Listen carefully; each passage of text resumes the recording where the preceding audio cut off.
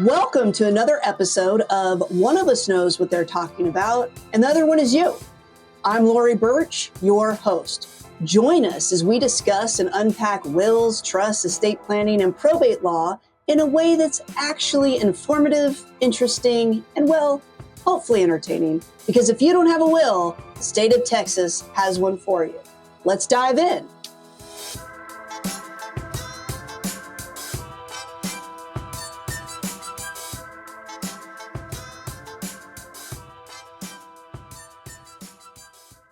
All right.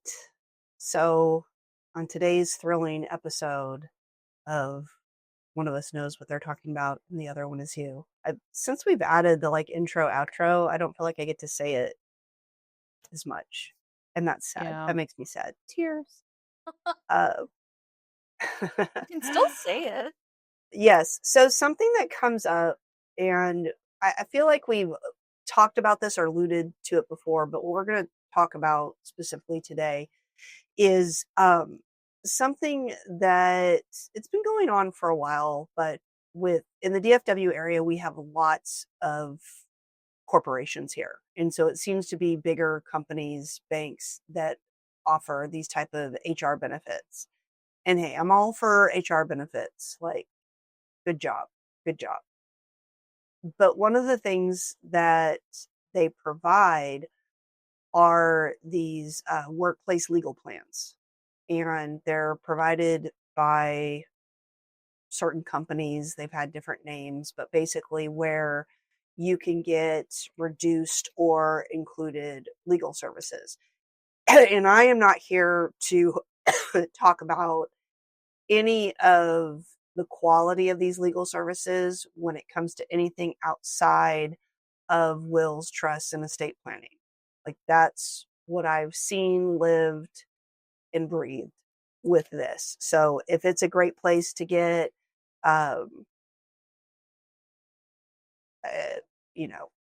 divorce or have a child custody modification, or if it's a great way to be defended from your DUI charge, I don't know. Although I don't know why you'd want a company that's that's used by your employer to know these things, but hey, whatever. So, I mean, maybe that's okay. I truly can't answer that, but I can answer how it looks in our world. And I personally, on the employer and HR side of things, think it sounds like a great idea. Awesome, because more people need to have this planning. I mean, if there's anything we consistently harp upon, it is that. However, it's one of those things that's just like any sort of quick fix, reduce fee, magic diet pill. The proof is in the pudding, and it still yields really bad results, unfortunately. Very similar to all the stuff that we talk about with DIY stuff, but we'll talk about it specifically with these plans. And it works a little differently. I will tell you that a couple of times along the way of the 20 years that Burch Law has been around, I've looked into participating as a provider in that.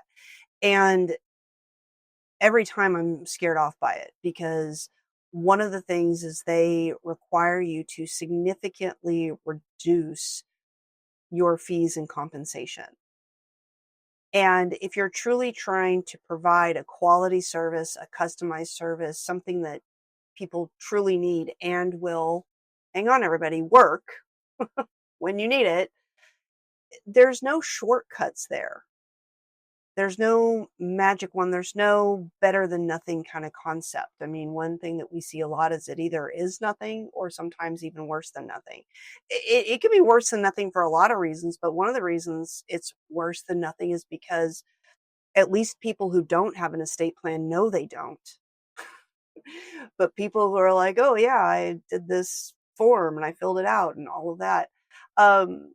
So, I mean, it might be a tier above better than some of the DIY and online services, but in many cases it has the same net result. So, and the other thing I will say though is at least the biggest company that provides this, I won't mention names, but they do provide reimbursement up to a certain amount if you go with an out of network firm. And so that's something we've worked with a lot of clients on, where we can fill out, submit the invoices, and help you at least get kind of the best of both worlds, where you're getting a reduction or reimbursement, but you're also getting a thorough customized plan for you at the same time for less. But for any firm, any quality firm that truly cares about putting a lot of time, effort, customization, and value into this, there is no way you can operate with these reduced fees. And let me tell you, I've talked to some firms that provide these services, and I know some of the shortcuts they are taking in order to be able to participate. And it is not beneficial. It's very, very basic. Are there certain instances where this could be better than nothing? I suppose, but at least have that conversation, because it's few and far between. So let's talk specifically about where we see this. So I've heard different stories. I mean, the upside is, I believe for the most part, these are done by real law firms. So that's a plus that are licensed in the state of Texas.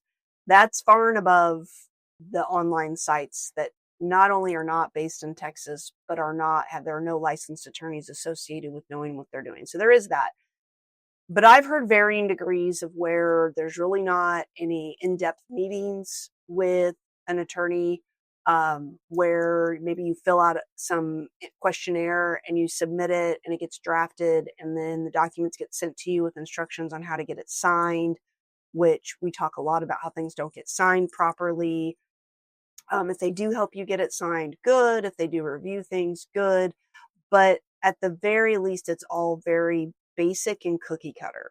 So if you have any sort of nuanced situation, if you have stepchildren, if you're in the LGBTQ community, if you own property in multiple states, if you're a business owner, I mean, these are all things that have some nuance to it, particularly if you're interested in doing a revocable living trust plan with the idea of avoiding probate. And the only way that that's going to work is by connecting your assets to the trust through deed work, through getting bank accounts changed, beneficiaries changed. There's really none of that support that happens. So basically, you're walking out of there and you got nothing. So yeah, it's just not, it's kind of the same thing. So what I was going to go through is one of the most recent workplace legal plans that we've reviewed. I was going to go through just as a um an example. You call this like a case study, where Well, it, yeah, so where it goes through, like, this was just our review of one of these plans. Um so the client that we had worked with said, we thought we had everything set up with work, with the estate planning benefit, um, but here's what we found. So first of all, not all the actual planning documents were included. Specific ones that weren't included was one, a HIPAA medical record release. I did all the talking now. Who wants to share what is important about that document? this document allows whoever you name, your agents, to be able to get access to medical records that are protected by HIPAA laws. And typically, this should be match up with whoever your medical power of attorney is, because they're the ones who get to make the decisions. So, can you imagine your medical power of attorney trying to make a decision about your health care, like what's going to happen if you're unconscious or you can't make decisions, but they can't be informed thoroughly about what's going on with you? That sounds real fun. I'm just saying, Good like, time. that sounds real like a real hot time. Yeah. No, seriously. So this is something we've had to address, the Privacy Act for medical records. I mean, this has been going on 20 plus years. It's not brand spanking new. And we found in this particular case study, but with some regularity, that there is no accompanying medical record release with the medical power of attorney. Now, we have them as two standalone documents. However, it is okay to have that HIPAA release language in the actual medical power of attorney document. So what we're talking about is it's just not addressed at all, which basically with the privacy of medical records means you're the person you name to make medical decisions and your medical power of attorney can't do anything because they can't be told anything. I Well, mean, do I you want to guess pull they the plug? could. Well, what's the condition? Oh, we can't tell you that. So do you want to pull it? Depending on it is, maybe. Yeah, go ahead. I mean, we're aware of the amount of uninformed decisions people make, so, you know. Yes. Another planning document that we do standard that we have seen missed, and in this particular one was missed, is a declaration of guardian or a designation of a guardian in event of future incapacity. And it's kind of weird to think about this, but it is important because if something more severe happens to you and permanent, so whether it's Alzheimer's, dementia, brain aneurysm, if you are in a condition where you cannot make decisions for yourself, some and great, maybe you have a medical power of attorney, maybe you have a financial power of attorney, but that doesn't preclude you from making decisions. It just says who else can make decisions. So what if you're a danger to yourself? What if you're making bad decisions? That is one example where if you lack capacity, there might need to be a court appointed guardian, and that can be initiated by a family member. And so what if you have painstakingly named the people that you want to make these decisions for you, but you don't have this document? So let's say, your brother is a ne'er-do-well, and so you wanted to make sure that you've got your sister, and that if not your sister uh, is your backup, then that means that brother could come in if you don't have this document and say, sorry, sis, I'm going to take the power from you guys.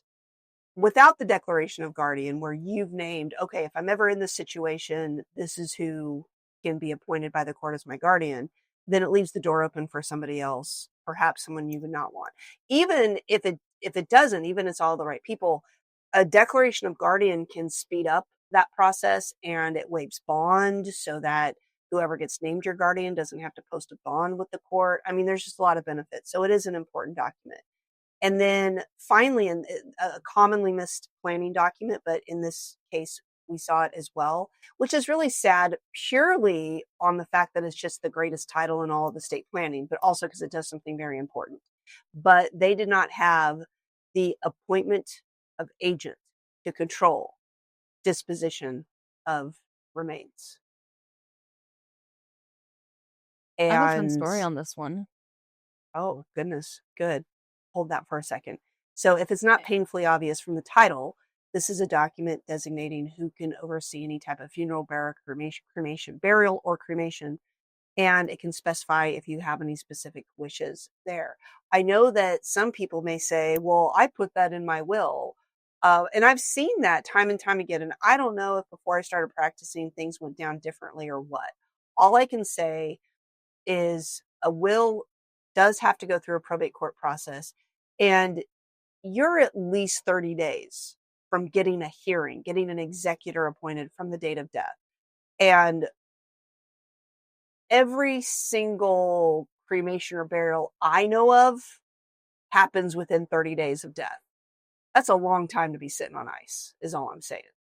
So, and you may not want the same person as executor to be handling those things. But anyway, Cynthia, you have a story about this? Yeah. Yeah, so this actually happened maybe, when was I still doing signings? 4 years ago? It's been a bit. So we had a client who they came in to do their own estate planning.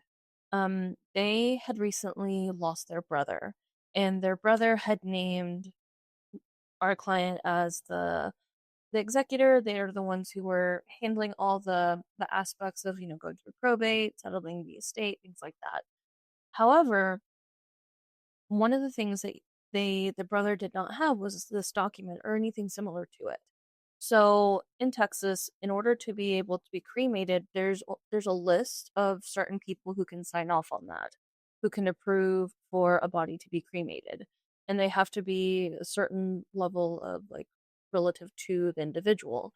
Part of this is like to ensure like if there's no foul play suspected, things like that. So the our client's brother didn't have anything like this in place, and the person who the funeral home wanted to hear from and get some documents signed by was the brother's daughter, so our client's niece. Well, our client's niece lives in London, so the funeral home here in Texas, in Dallas, wanted her to come or her to sign some documents saying that she was signing off on the cremation, and they weren't going to do it until they had her signature. So they had to do a couple of things because I believe that the funeral home wanted the original signature. They didn't want it to be like scanned in or anything, so they had to mail something, or I guess I could have emailed it, but she had to print it out, sign it, and it had to be mailed back to us or back to Dallas, all the way from London. So our Wow. client's like saying how big of a hassle this was because his daughter's like, okay, well, what do I need to do? Do I really need to come all the way back for his niece for, just to do this? So ultimately, the brother thought, hey, everything's gonna be fine. Our brother's gonna be able to handle this. So we will take care of it. It will be easy. However, because this document was missing, there was a little bit of a wrench there. Wow. Yeah, it's come up so more than I would have thought when I first started Yeah. this practice. And I actually like I'm not trying to toot my own horn, but toot toot. Uh, but there, I had one client whose spouse had passed away, and she told me that when she went to the funeral home and presented that document, that the funeral director was like, "This is incredible. Like, who's your attorney? This is exactly what we need. This is, I'm not making this up. I'm really, really not." Girl, that's exactly what they Now, said. this is why you know I'm not making it up, because my response was, "Yeah, that's right. I'm amazing." But no, it's really true. And actually, two instances within the first 5 years of my practice, because for those who may not know, we help everybody, but we do have a special focus on the LGBTQ community. And within the first 5 years of my practice, I had two instances with clients. One where, and this is premarital equality, so not husband or spouse, but partner passed away, and the parents were like, "We're taking our boy home and having him buried in our plot in Oklahoma." And the partner was able to say that's not what his wishes were. And I have this document, and it was resolved. The second one is a different scenario that I see happen a little bit more often, thankfully ish, I guess. I call it institutional uncertainty. And it's where a funeral director was saying to our client, whose partner had passed away, look, I respect your relationship. I want to listen to you. Uh, there's no family here. There's no next of kin that's fighting you or disagreeing with you, but I don't know if legally I can listen to you. And because I don't know why he didn't present this at the beginning, but that's fine. Not all our clients really listen to what we do for them. It's fine. But at that point, he said, "Well, I have this document that we got prepared." And the funeral director said, "Great, wonderful. This gives me the legal ability to be able to honor your wishes. Well, your partner's wishes, but your wishes in regards to making those decisions." All right. But that's not all that was missing, everybody, from this work policy plan. We also, so the living will, that is a generic term, and it's misused so much. What a living will is, it's that document that we all are actually familiar with the concept of. And that is, do you or do you not want your life artificially prolonged? Right. So many different states call this different things. In Texas, this is called a directed to physicians. And it lays out, if I'm in an irreversible condition, doctors determine that I am not going to recover from that within 6 months. I'm loosey goosey with this language. Then I want everything life sustaining mechanisms to be removed other than those to keep me comfortable. Essentially, it's that. Or if you really like to have a good time, you're saying, "No, keep me alive. That sounds awesome. Let's drain all the money that I have and my family has and make them suffer." So that's also a choice, and it's your choice to make, and we respect it. So Yes. things get updated. Like there are statutory requirements. What's a statutory requirement? I'm not going to ask you, Sarah. Anyway, No. um, of what has to be in documents. This isn't just some free for all where we just put anything in there. No, there's requirements in order for it to be valid and upheld. And the law changed on substantively on how this particular document is supposed to look. I mean, like 20 years ago, like in the early 2000s. Oh, Whoa. I'm gonna cry. I'm gonna cry. That was really good, Sam. We both whoaed at the same Yeah, time. You can see our 2000. little spike.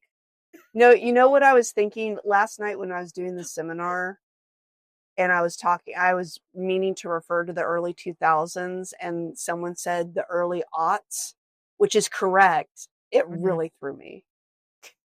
Or the It really ooze. threw me. Ooze. So I was kind of like going back through that. Anyway, it changed significantly. What's sad is that you would think that attorneys that do estate planning would get wind of this. Right? If they don't, then who's going to do it? So this was just within so this case study, this is a real thing. Okay. I'm not just like piecing together an amalgam of the problems that we've seen. This is just from one plan we reviewed. It was within the last year.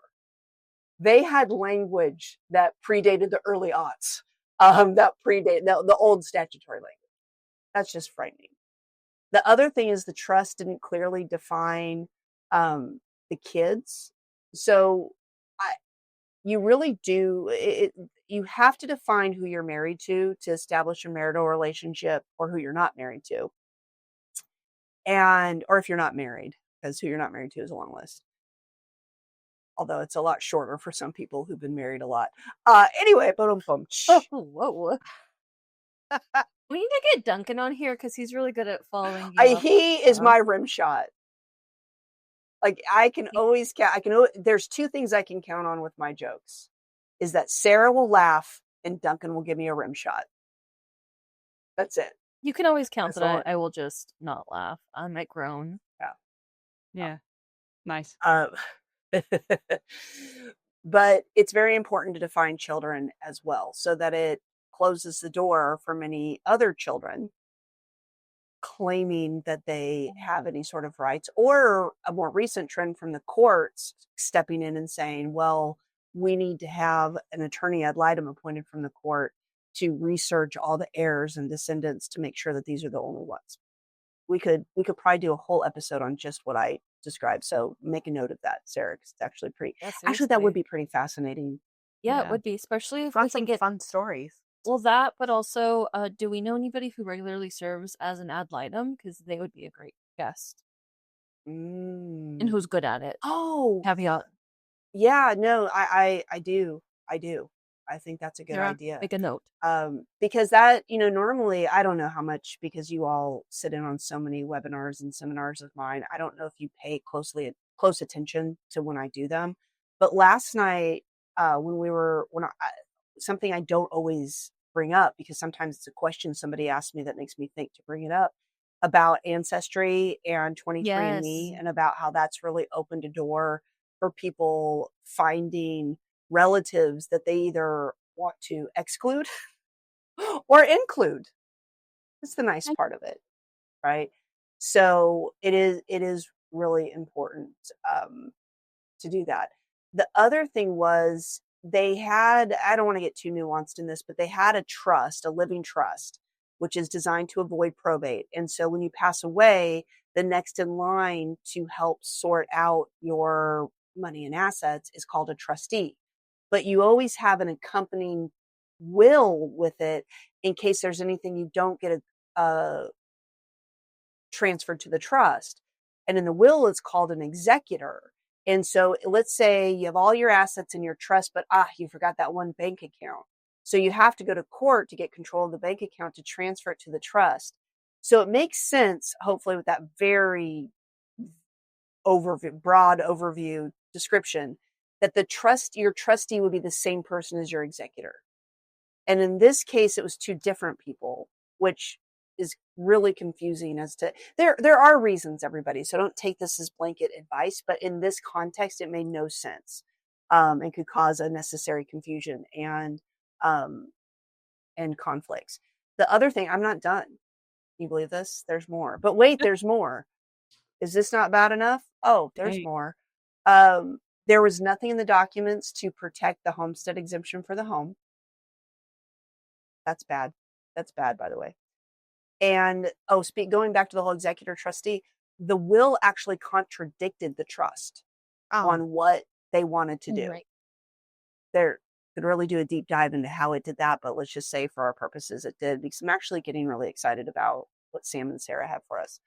And then I was mentioning this at the top before we got into this particular issue, where if you do a trust and you have to connect assets to it, these cookie cutter generic firms that provide this. I'm not saying the firm themselves do everything like that. I'm just saying for the firms that service these plans, I'm just going to say it, they are half-assing it because that's the only way they can afford to do it. We like to full ass things. But we full-ass things here. Yeah. There wasn't a deed. They didn't create the deed to transfer the property into the trust, which means the home would be subject to probate. That's the bottom line. Woo! So, and all of the things that I just went through, all of them are things that there's no reason that the client should have known. And that's really the essential issue here, is that you don't know what you don't know. And so if the idea is saving money, saving time, this is just beating a drum constantly, but spending the time and effort in now and money now is really what's going to save that when it matters. Bottom line. So I know it sounds super great. I love the concept of it. I will say, in case people feel like I'm disparaging these companies that provide these benefits, one of the things that I see some bigger companies providing benefits for, which I think is incredible, is a lot of infertility or adoptions and IV treatments and all of that. And I think that's incredible. I can speak from experience that costs a lot of money. Notice I didn't say it was expensive, because not having my beautiful children would be a far bigger expense to my life than the money it cost. But it was a lot of money, but it wasn't expensive. And I think I can speak for Sam, Sarah, and Cynthia that your lives are fuller with Adley and Poppy in them, Very and true. Kaya and Yes. Carly. Maybe not Carly, but only because you don't spend that much time with her. Well, whenever I did, She's probably the best one of all four of them, frankly.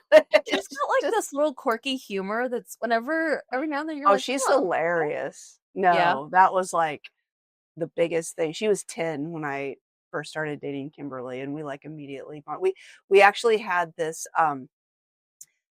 battle of who was more famous or something. And so like we kept like trying to one up each other, to the point where she wrote her name on some blocks, and she's like, people even have blocks with my name on it. So, anyway, it's funny. No, she's great. All four of them are great in their own ways, their own very unique individual ways. Point is, I think that's an awesome benefit that some companies provide. And so I don't want anybody to think that I'm poo-pooing that. But when it comes to this type of legal planning, it just doesn't cut it. It really doesn't. So this is not a workplace benefit that I would endorse. And I'm sorry. So was there anything they may had to add to that? No. I think we Yeah. circled the wagons on that. All right. So I'm excited. I don't Sam know if and you know what that Sarah. means, Lori. Now you said you don't know what circling the wagons means? I don't think Sarah? I've ever heard that. It's not racist, That's is it? that's a new term. Okay, hold up. Anytime like a old timey expression comes out of my mouth, I'm like, wait a minute, what are the origins of that? I really don't think it is, but oh no, Cynthia's looking it up.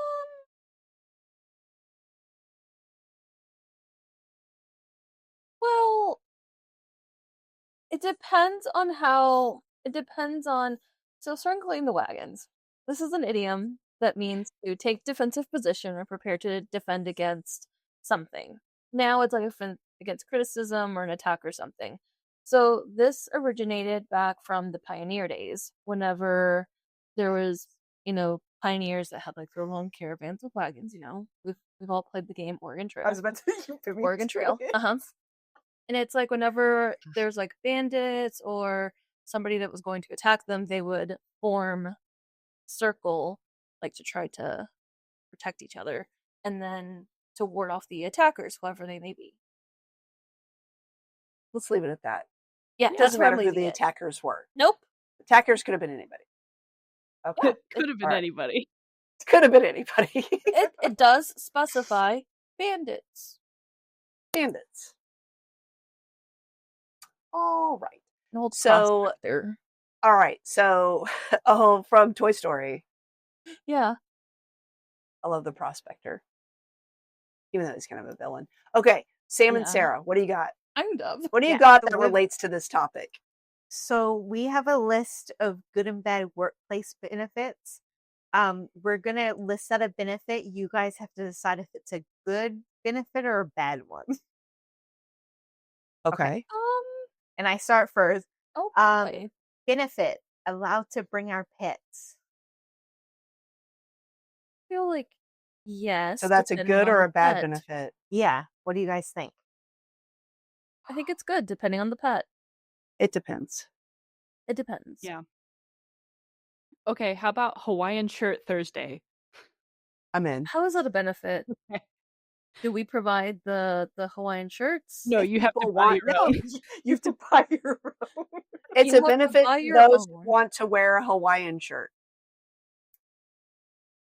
I mean, I like it. Is that something you guys would want? Great. Sure. This is the new thing. And everyone's like, what? And it's only us that wear them. It's only Sam and Sarah that show up in them. I was going to say, poor Duncan's going to have to stop by Buc-ee's to see if there's a Hawaiian Buc-ee's shirt. Probably like he did for the Christmas sweaters.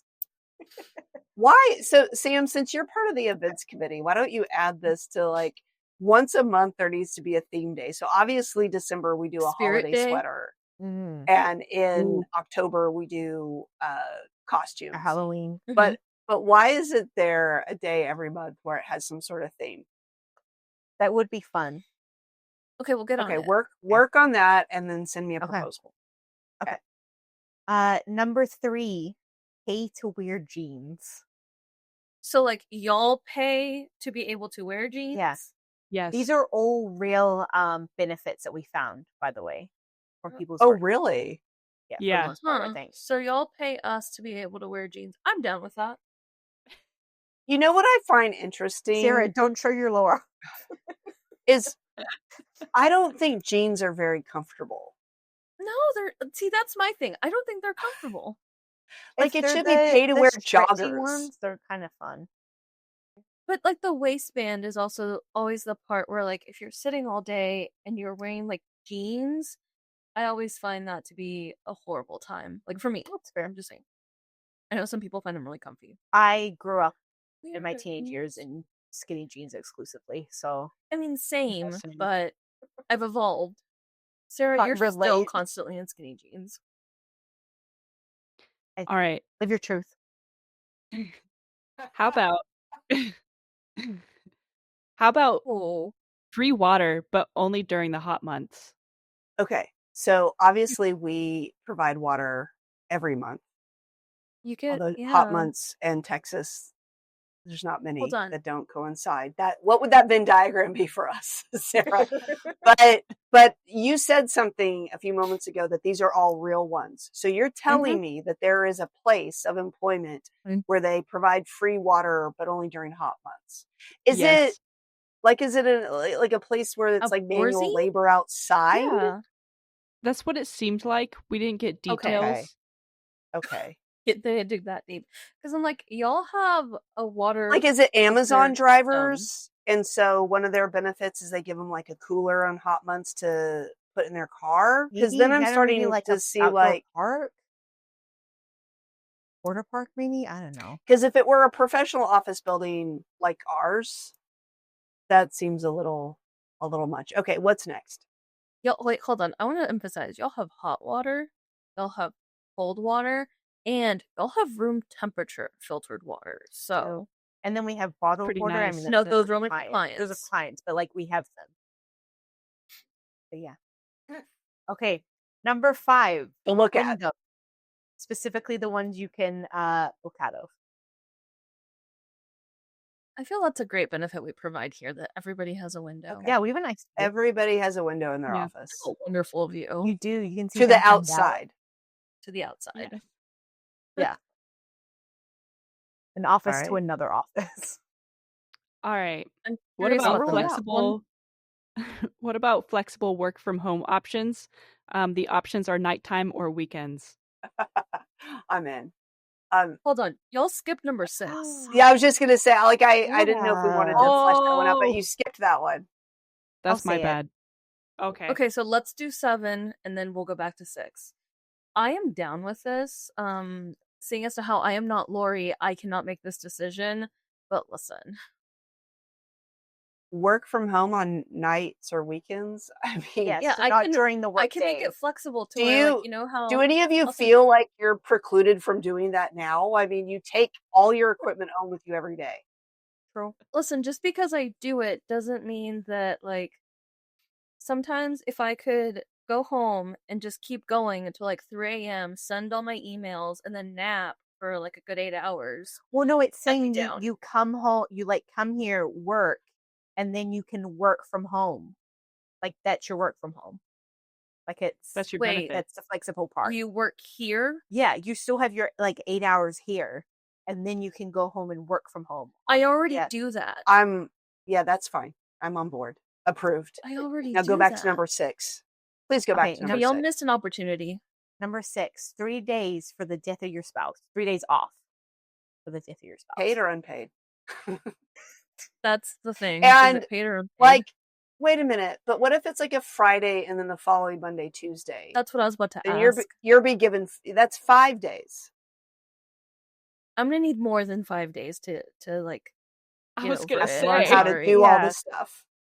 I have a lot of things that I need to like deal with. So you'd say it's a bad benefit. I would say I- it's not enough. I think that's So it's bad. I think that's pretty deplorable if that is an actual benefit. yeah. Especially You can have it just you says can have 3 9 days because that's maternity leave that I took with Adley. That was self-imposed. But, And like, that's again, and this that was doesn't say paid or consecutive unpaid. days, not work days. Doesn't say if it's paid or unpaid. Well, and they didn't tell Yeah, us. no, So that's just what paid they or said. unpaid. yeah. That's pretty shitty, frankly. Yeah. Okay. And I think you knew that. That's why you put that on there. What's next? Okay. You're allowed your cameras off on Friday meetings. Woohoo. A No. little tree. No, absolutely not. Yeah. No. Y'all don't pay attention as I Although have morning meetings. Cynthia, it would save us from the blank stares. I mean, I don't I think we try- would notice a difference. I try to You're give right. reaction. Sam, you're not a blank stare. I know. Okay. You're I try to very. make up it. It's make on up your for face everybody else. exactly what you're thinking. Yeah.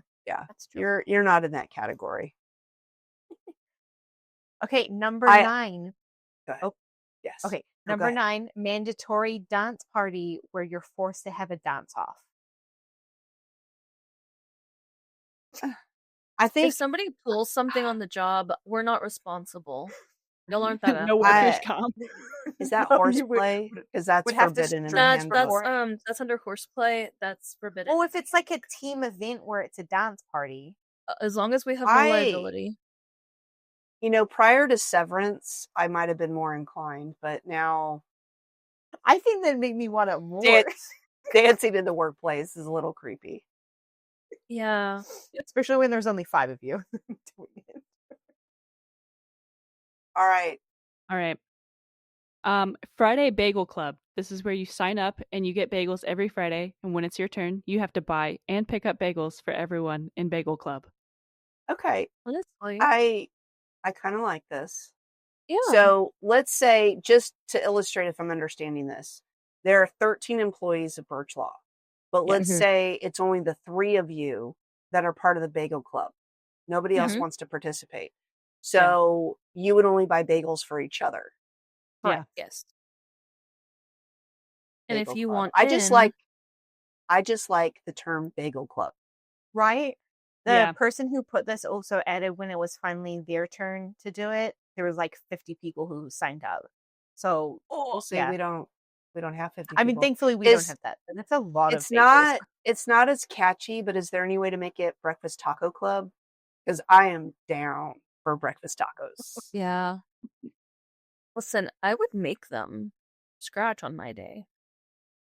I'd bring in kolache. See, let's have a breakfast Well, taco. It could just be breakfast club. Yeah. Breakfast club.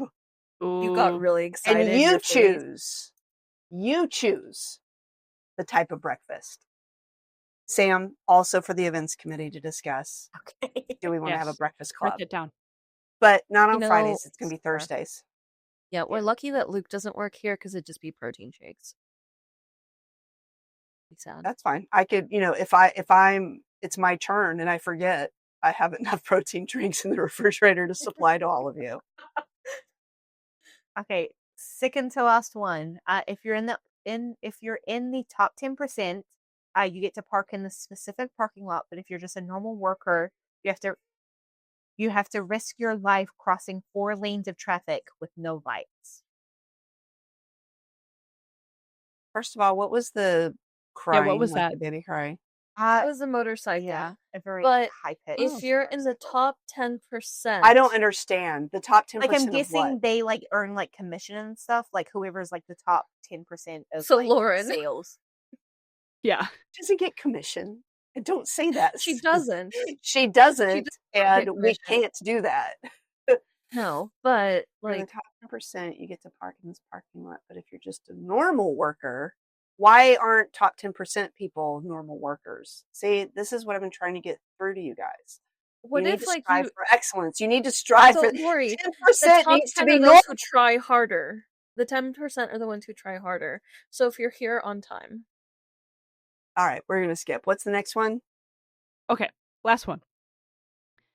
You get company branded tennis shoes for Christmas, but they're against dress code at work, so you can never wear them to work. For example, in this one, she said, "When am I going to wear tennis shoes that are company colors and have the logo of a hospital on them?" Oh my, So- that's hilarious. Wait, I feel like there are nurses who wear tennis shoes. Maybe she's like Not admin at this stuff. one. Maybe she's admin. Yeah, or maybe it's like specific So, tennis in shoes other to words, wear. this is like Sarah's soft launch of Burch Law branded tennis shoes. Yeah, I would wear Um, Burch Law branded tennis shoes. I would wear Or the You sweatpants. know that, with our you socks. know though, yes, I know. Oh, You know those tennis shoes I have, I custom designed those for Burch Law colors. Oh, really? Yes. The red ones? Yes, Yeah. but there's not Yeah. like a Peggy isn't on them. I want ones with Peggy. I want to be able to walk Okay. in shoes, socks, sweatpants, and a jacket, and a baseball cap. Sarah wants a Mhm. bucket hat, but I want a baseball hat. Ooh. Yeah. Can it be like a dad cap though, not like the wide brimmed ones? I don't know what you're talking about. Like the ones I usually wear, not the really wide brimmed. I know Sure. what you're Yeah. talking about. As Yeah. someone who has many ball caps, I Dad know hats. exactly what you're talking about. I have a variety. I I have have several goth ball dad caps. hats. Nice. Right, Sarah? That was our Yeah. list. Yeah. That is a great list. I feel like we need to have a Yeah. part 2 of this because that's Yeah. We could find that more. was pretty for fun. Sure. Did you find other ones? Like, was there a discard list? Oh No, we yeah. only Um, discarded one, and it was something about pets. We had 2 of them, so It was paternity leave. No. What about pet bereavement? I feel that's more valid than Ooh. sometimes, I feel Yeah. that's really valid. That's so fascinating. Maybe we need to look up more and then share it with the team to see how that makes them feel about their place of employment. I don't know. But Your pet anyway, son? good job, everybody. I think this gives people a lot to chew on when it comes to workplace benefits. Thank you and good night. Thanks for listening. And just to cover all our bases about what you just heard, I'm sorry and you're welcome. Make sure you subscribe so you never miss an episode. And tell your friends about us. We do webinars and live events. The best way to stay up to date is to follow us on Instagram, Facebook, TikTok, and YouTube. Links are in the show notes. If there's a topic you'd like us to cover, maybe you have a question you'd like us to answer, or maybe you just want to say hi, hit the link in the show notes or go to burch-law.com/podcast and fill out the contact form.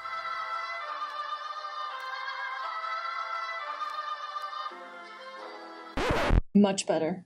Yeah, I thought that had a lot of energy.